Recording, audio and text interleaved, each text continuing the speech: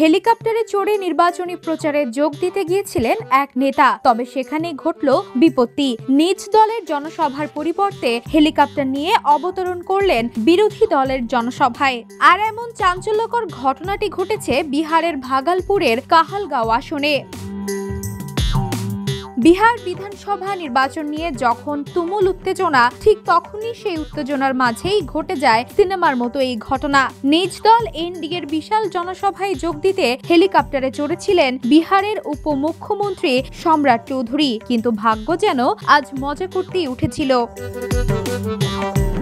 জনসভায় ঠিকমতো পৌঁছানোর বদলে তার হেলিকপ্টার অবতরণ করার চেষ্টা করল বিরোধী জোট রাষ্ট্রীয় জনতা জোটের সমাবেশ স্থলে। মুহূর্তেই হইচই, বিরোধী দলের পতাকা উড়াতে উড়াতে স্লোগানে ফেটে পড়ে সমর্থকেরা। পাইলট বুঝতে পারলেন ভুলটা, আর দেরি না করে হেলিকপ্টার ঘুরিয়ে উড়ে গেলেন দ্রুত।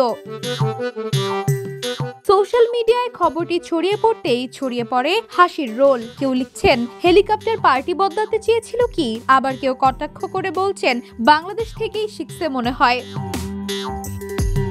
যদিও শেষমেশ ন্যাশনাল ডেমোক্রেটিক অ্যালায়েন্সই নির্বাচনে জয়ের মুখ দেখেছে, তবে হেলিকপ্টারের এই ভুল অবতরণ নিয়ে হাসি ঠাট্টা যেন থামছেই না নেটিজেনদের। Desk report, the news.